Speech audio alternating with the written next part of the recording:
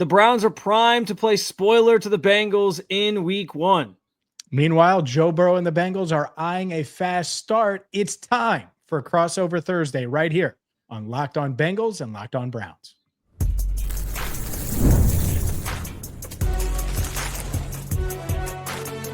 You are Locked On NFL Crossover, part of the Locked On Podcast Network. Your team every day. Welcome in. It's a crossover event between Locked On Browns and Locked On Bengals. The two teams squaring off in week 1 to open up the 2025 season. And it's two teams really that are expected to be headed in opposite directions. Bengals very much in the playoff, maybe even Super Bowl conversation with Joe Burrow. Browns are in the conversation to maybe have the first overall pick next year. But they clash in week 1 with some exciting storylines, which we'll break down with you, including whether or not the Bengals can get off to a fast start this season. We'll also look at some key matchups and reveal each team's path to victory. First and foremost, though, this Crossover Thursday is presented by PrizePicks. Download the PrizePicks app today and use code LOCKEDONNFL to get $50 in lineups after you play your first $5 lineup. James, let's start with what you teased in our cold open there, just the idea that this Bengals team, since Zach Taylor's been here, has really struggled to get off to hot starts to the season. Last 2 years, 1-3 to begin the year. The only year they've been better than 500 in the first 4 games of a season was the year they went to the Super Bowl in 2021. But they have seemed to really prioritize changing that this year. Where do things stand, and how has this team sort of approached the preseason and training camp to try to buck that trend that we've seen in recent years? Yeah, it's been the theme of the offseason for sure. And dating back to January when Zach Taylor made the call to fire Lou Anarumo and multiple other coaches that were under contract. And he mentioned it that day. Hey, we have to start faster. We have to be better early in the season. And it makes sense. And it makes sense for a few reasons. One, the Bengals are really good at playing their best football when it matters. But good teams win games when they're not playing their best football. And the Bengals have struggled to do that in recent years. Joe Burrow's health, a part of that. Last year in week 1, they go up against the New England team that they should have crushed. They should have crushed. Maybe the worst head coach and coaching staff, top to bottom in the league, not a ton of talent. And they lose to Jacoby Brissett. And the offense struggles. And that's not the Belichick defense that we've known. And maybe Mike Vrabel's defense this year will be good. Who knows? But that defense wasn't. So they've tweaked some things. Training camp, they moved their practices to the morning. Joe Burrow played in the preseason. He completed 18 of 24 passes, led them to touchdown drives on all but one of his possessions, and that was with a backup skill player. So they've done everything they can to start fast. They're healthy going into Sunday's game. We'll see. But, starting fast has been the theme all offseason, and certainly is a theme this week going into Sunday. Yeah, and it's interesting as you get into like the things that Zach Taylor's done differently this training camp to try to combat that issue. The Browns have sort of seen some similar things as well, some similar changes as well. Kevin Stefanski, I think, realized last year that he sort of ran this sort of, I don't, maybe cupcake's the wrong word, but like a more patty cake style training camp where the goal was, let's just keep everybody in bubble wrap, not get anybody hurt. Let's prioritize that over the physicality of football and getting guys sort of ramped up for the season.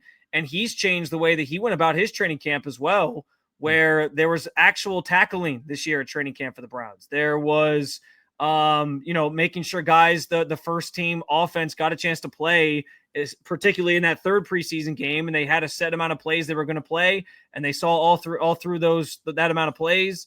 In the second preseason game, you saw some of the starters, the first preseason game, you saw some of the starters kind of get out there and play a little bit, but he navigated that a little bit differently. It was more physical. There was more time spent trying to really work on certain key situations and doing it at a high level. You could tell the coaches had a different intensity about the way things were being run as well. And so it is almost these two prevailing mindset changes that are going to sort of meet here in week 1. And I think it's interesting because, of course, as when you look at these two teams on paper, nobody's going to sit there and say that the Browns should win this game and that they have a chance to win this game. But at the same time, it's a division opponent. It's a division rivalry, two teams that know each other very well. And for whatever reason, on top of the Bengals' slow starts, aside from last year where the Bengals obviously swept Cleveland, the Browns have fared decently well against Joe Burrow and Zach Taylor in recent years, which is part of the reason why I feel like this is a really good opportunity for the Browns in a season that I'm not expecting a lot of wins. Maybe can steal one in week one because the Bengals tend to have some struggles figuring out their identity early. And so that's why this is the ultimate measuring stick. Did all these things that Zach Taylor implemented fast start wise, Joe Burrow playing in the preseason, will it pay off? Because, and I don't think this is controversial, the Bengals should beat the Browns Sunday. I'm not saying they will, but they should. One has Joe Burrow, the other has Joe Flacco. You know, and you just go down the list. And we can get into matchups because there are some juicy matchups. And that's why I think the Browns have been a thorn in the Bengals side. But yeah, it's, to me, I'm like, all right, well, if this defense is any better in Cincinnati, they should be able to go to Cleveland and slow down Joe Flacco in that offense, in that running game led by Jerome Ford potentially for week one. And so that's reasonable. That's a reasonable thing that a good team would be able to do, even if they're not great on defense. And then offensively, they should have enough answers to where they can still generate points, even if some of those things that the Browns have been able to do in recent years, which we'll get into, do come to fruition. And they do that again and are able to get after Joe. Even if those things happen, the Bengals should have answers to them if they are this playoff team, if they did do enough to start fast. And so we'll see. It's one thing to say, oh, well, on paper, and it's a whole nother thing to go out there and do it. And I think that's what's so interesting about this matchup on Sunday. Yeah, no, 100%. And especially on paper, when you have the quarterback that the Bengals have, of course, they're going to be the favorite team. Everyone's going to look and say, when you have that guy under center, you should win. And I do think that is the one thing, like the Browns are not built to win a shootout style game. And if that's what this becomes, because I do have some doubts about how good the Bengals defense is going to be, then yeah, I think Joe Burrow has a chance to, really pull this thing out at the end, even potentially with like a game-winning drive, because that's what he does best. He's great in crunch time, and he's one of the best quarterbacks in this league. But if that defensive line for the Browns, which I know we'll talk more specifically about matchups here coming up, it can do what they've done to Joe Burrow in the past, keep it close. My big thing this entire offseason about the Browns and why I think this year, I get why the conversations around this team are, well, hey, they're basically playing for the first overall pick and where are they going to end up? And people are playing the FanDuel bets on whether or not they are going to get the first round pick, the first overall pick. I get where people are at in doing those things, but my biggest argument has been if this team can just get average offense, because last year that offense was historically bad with Deshaun Watson, and then Jameis Winston came in and gave it some life, but it was short-lived because he was turning the ball over too much. If they can just be average and protect the football even a little bit better, they're going to be a lot more competitive in games this year than they were last year. And so that starts obviously here in week one against a Bengals team that very well. And it's part of the reason why I think they have a shot in this game, because I'm envisioning that the offense, even with a 40-year-old Joe Flacco, is at least going to be an average group. And to your point, it's why the Bengals can't, come into this game taking the Browns lightly, even though we know where these two teams are sort of projected to be. No doubt. And it sets it up perfectly, because the matchups are why the Browns have been a thorn in the side of the Bengals and have given the Bengals trouble. So let's do that. Let's talk about these matchups and key players that are going to decide Sunday's game coming up next. It's almost the weekend. Time to look back and crown this week's MVP on Who Delivered, powered by DoorDash. Just like you can win every Saturday with DoorDash Streaks, saving more every time you order. These players delivered when it mattered the most. Let's break it down. For Locked On Browns, well, listen, we know the Browns are looking into this 2026 quarterback class, and so I'm actually going to the college ranks before the season kicks off in the NFL. And I'll tell you, Garrett Nussmeier delivered in a big way, leading LSU to victory over Clemson with a game-winning touchdown in the fourth quarter when the pressure was on. He came through with no hesitation, no delay. And if you've been watching week after week, this performance wasn't a fluke. And just like the potential future Cleveland Browns quarterback Garrett Nussmeier delivered this week, DoorDash delivers your Saturdays. With DoorDash Streaks, you save every Saturday you order. Stack it up all season and you could save up to $250, including $100 in DoorDash credits. Order this Saturday. Keep the streak alive. Fuel your game day only with DoorDash. Terms apply. Promo period through November 18th.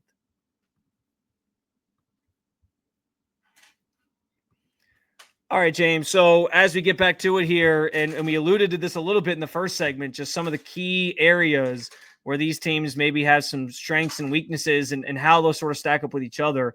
And I think one of the key areas that I look to first in this matchup, especially as I, try to sort of project how the Browns are going to win this game, is that defensive front. We know that Myles Garrett has been a kryptonite of sorts to Joe Burrow over the years. And this year, I actually think that the Browns have put together maybe arguably the best defensive line in Kevin Stefanski's tenure since he's been here as the head coach, in terms of just the front four guys, but then also the depth that they have sort of rotating in. I think this unit is really strong. It is easily the strongest position group on the Cleveland Browns this year. And I know the Bengals, who obviously still haven't named a starting right guard as of recording this, there's some concerns there up front for them on the offensive line, even with some of the tweaks that they made. And so I think this is an area where if the Browns can exude their will, if you will, they have a chance to really disrupt things for Joe Burrow as they've done in the past and maybe level the playing field a little bit. For sure. I think that's the key to this for the Browns, is that Myles Garrett and Mason Graham and heck, Malik Collins, that you look up and it's like, man, these guys are getting after Joe. They're not allowing the Bengals to get going on the ground. They're not giving him enough time to be explosive, all of those things. And we've seen that in the past. Like Myles Garrett is obviously number one, and that matchup is the entire Bengals protection group. So offensive line, running backs, tight ends against 95. You cannot let Myles Garrett wreck the game. You can't let him impact the game so much that your offense can't operate. And we've seen that in the past. And what I think is going to be interesting is how the Bengals combat that, because they should, even with all the additions, the Mason Grahams and Collins and all these guys. And you mentioned the depth. I like the depth that they have for sure. But for the Bengals, they should have enough answers on offense.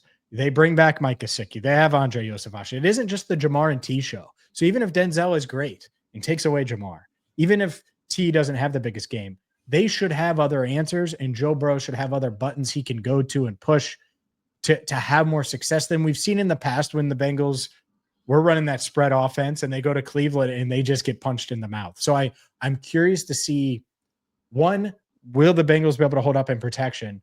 And if they can't, what answers they have, because they should have enough talent to still be able to put up yards, move the ball down the field, but they haven't been tested like this. And it's been such a unique matchup. I think that's honestly where the game is probably decided, not just trenches, but can the Bengals protect Joe? And if not, how do they respond? That's the matchup of the game for me. Yeah, no doubt about it. And that's kind of been the key matchup, I think, in previous meetings between these two teams as well. You mentioned, obviously, Joe Burrow's weapons. The matchup on the outside, the receivers versus the Browns DBs, is always a fun one, because I feel like there's always a little smack talk that goes on leading up to this game. We'll see if any happens this week. But there's also like a mutual respect there. Like Denzel obviously respects the hell out of Jamar Chase, and vice versa. Jamar Chase knows Denzel is one of the best corners in this league. And I think off of that, though, like, yeah, maybe Denzel does kind of limit Jamar Chase. He has the ability to do that. But what I think is going to be interesting is opposite of that, and you brought up T. Higgins, what Greg Newsome can do on the outside against T. Higgins. He's normally the Browns slot corner. He's normally their nickel corner. But because Martin Emerson Jr. is out for the season, he's now bumping outside. And this is a big season for Greg Newsome for a number of reasons, but mostly because it's a contract year, 5th-year option of his rookie deal. But he's always wanted to play outside corner and get that big money where the big money comes. And so this is an opportunity for him in week 1 to have to lock down. Like there's not a lot of teams that have like a 1-2 punch that the Bengals have. And so it's not like you can just kind of take lightly whoever you're playing opposite, because you know Denzel's got the number 1 guy locked down. Like, you have a test out of the gate here with T. Higgins, and I'm curious to see how he handles that, being on the outside more primarily this year than he's been in the past. Yeah, it's such a fun matchup. You're right. I go back to, so Jamar Chase's first year, they went to the Super Bowl, and that was still like COVID rules. We weren't in the locker Yeah. room. We talked to Jamar, but it was on Zoom.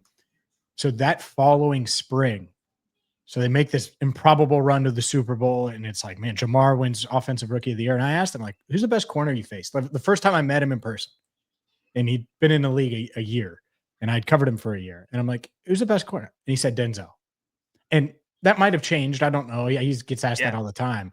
But like, that's a real matchup. And then you have it's on site when we see Cleveland. Like, there's a real respect factor when it comes to that. And that's what's so interesting, because it's Myles Garrett, it's Joe Burrow, it's pass rush versus protect Joe. And yet the more fun matchup is exactly what you're talking about, is this secondary versus this Bengals offense and offensive weapons. The other thing I'm going to be looking for, Spencer, is how this defense, which I have zero expectations for. You mentioned you're not sure if they're going to be good. I don't know what to expect. I do know that Trey Hendrickson's good at football. I think Logan Wilson still can play, but we'll see. I like what I've seen from Shamar Stewart, but he's got to go out there and prove it. And a lot of the secondary is the same. I'm a big believer in Dax Hill, but they all have to prove it. None of those guys outside of Trey Hendrickson has established themselves in the league. And so what an opportunity. You mentioned the opportunity for Greg Newsome. What an opportunity for this Bengals defense to show, hey, we are better than last year, because we're not going to let Joe Flacco and Jerome Ford and Dylan Sampson and David Njoku and all of these guys go. And obviously it goes without saying with Jerry Jeudy, but I'm trying to name all the guys that I think could make a major impact. Like, not let them put up huge numbers on us. And we'll see if they can do that. I'm not going to, I wouldn't wager on FanDuel that they're going to do that. But I think if they are a good defense, good defenses will do that to the Browns in their current form. I'm glad you mentioned the Bengals defense and gives us just sort of pivot here to that side of the ball, because you mentioned a lot of the Browns, notable weapons. But I'll say this, like, one guy who I think, and I've been telling people, friends of mine who are in fantasy leagues or whatever, who text me and they're like, hey, who's maybe a person on the Browns that we should be keeping an eye on, or any insight you have. And the guy that I think is kind of the Browns' secret weapon this year is Harold Fannin Jr., the rookie tight end out of Bowling Green. And the reason I say that, James, is because we know with Kevin Stefanski, the Browns run a ton of 12 personnel. They love having two tight ends out there. You already know what David Njoku can do. Him and Joe Flacco, the chemistry, they're trying to sort of they've been trying to rekindle that all preseason from 2023 when he was a Pro Bowler, and that certainly still exists. But they are using Harold Fannin Jr. in a lot of different ways. He was part of a couple of trick plays that they ran during the joint practices with the Eagles. They're getting him in different spaces that he's lined up outside. He's lined up in the slot, but primarily I think you find him sort of in the slot. And he is going to be sort of this extra weapon for them, especially because they don't have a ton of talent after Jerry Jeudy, obviously, at the wide receiver position. I wouldn't be surprised if he spends most of the season as like sort of their pseudo slot wide receiver, if you will. And he becomes a valuable piece for this offense. So him versus maybe a Dax Hill, him versus I don't. You probably know better than me, like how the Bengals kind of handle, like a linebacker like Demetrius Knight or whoever it's going to be, like how they sort of defend him and his ability to sort of create opportunities for himself and get open. I think is going to be an interesting thing to watch here in Week 1 and really maybe set the tone for a big season for one of the Browns' top rookies. Selfishly, I hate your comments, and here's why: because I might have had a little Cedric Tillman stock. And that's where I thought you were going, is Cedric Tillman. And I was like, ooh, and then you got me. You said Harold Fannin Jr., who obviously Bengals fans followed pre-draft. He ends up in Cleveland. Makes a ton of sense on how they run their offense, that he could make an impact with like opposite David Njoku, given where they're at behind Jerry Jeudy. But man, I was let down when you said that. I was hoping you were like Cedric Tillman Jr. Hey, it's no disrespect to Cedric Tillman. I really like Cedric Tillman. I think what's interesting with Cedric Tillman is last week even we were talking to him for like the first time all camp because he was injured a little bit. And he even said like, yeah, I appreciate the fact that the Browns didn't go out and try to get another number 2 receiver and that they put their faith in me, but it's up to me to prove it. And I think he has the right mentality about going out and like showing that last year when he was starting to turn that corner, it wasn't a fluke. So hopefully he's able to do that for you in whatever fantasy league you have him. Regardless, we are going to talk about both these teams' paths to victory this weekend. We know that the Bengals with Joe Burrow certainly have a leg up, but how can the Browns maybe stifle him, try to steal a win here in week one? We'll get into all those things here coming up on this crossover episode of Locked On Bengals and Locked On Browns. Mazda crafts cars for those who choose to do more than simply move. They follow what moves them every time they drive. And that's what makes Mazda stand out. They go beyond safety, style, and performance to deliver a driving experience that feels alive in every detail. Mazda offers more than safety. It's won the 2025 IIHS Top Safety Pick, plus more awards than anyone else. As football players focus on every detail, Mazda does the same. From metallic accents to hand-stitched Napa leather, whether it's a quick drive to a practice or a weekend road trip, Mazda makes even everyday drives feel special. It's the small details that make the big plays, and just like there's more to every player, there's more to a Mazda vehicle. Mazda, move and be moved. Today's show is also brought to you by FanDuel and the Bengals 5.5-point favorites over the Browns. And whether it's Bengals, Browns in the Battle of Ohio or anything else NFL, the NFL season is here. FanDuel is going to make sure you're ready for kickoff with a can't miss offer. Right now, new customers can bet just $5. And if your bet wins, you get $300. That's right, $300 in bonus bets to use across the app. So maybe you think that the Eagles are going to kick the crap out of the Cowboys on Thursday night. I'm sure a lot of people do, whether it's that matchup, whether it's the Battle of Ohio or any of the week one matchups, throw $5 on it. And boom, when that first bet wins, you get $300 in bonus bets to use across the app.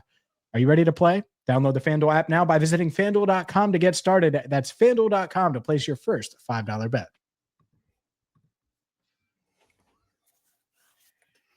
All right, James, let's talk about some paths to victory for both these teams. We know, as we talked about, the Bengals tend to get off to slow starts, but they're trying to do things a little bit differently this year. Some questions about the defense, but what do you think it's going to take for the Bengals to do what everyone expects them to do and, not be upset by this Cleveland Browns team in week one? Starting fast may be a theme of the season, but it's also a theme of the game. The last thing you want is that Cleveland Browns crowd to get into it, that defense to get into it. Getting a lead early is huge. When the Browns have blown out the Bengals and given Joe Burrow trouble, they've jumped out early and they've made life tough because then they know Joe is passing because they got to try to get back in the game, right? So that is a huge key, starting fast. 2, it's, of course, keeping Joe Burrow upright. You keep Joe Burrow upright, you're going to have a chance against any team in the NFL. And so not letting Myles Garrett and Malik Collins and Mason Graham, especially Mason, you can't let this rookie come in and have splash plays on you right away. You expect some of those from Myles Garrett, but limit them. And then 3, you mentioned the defense. The defense show that you can be a competent unit.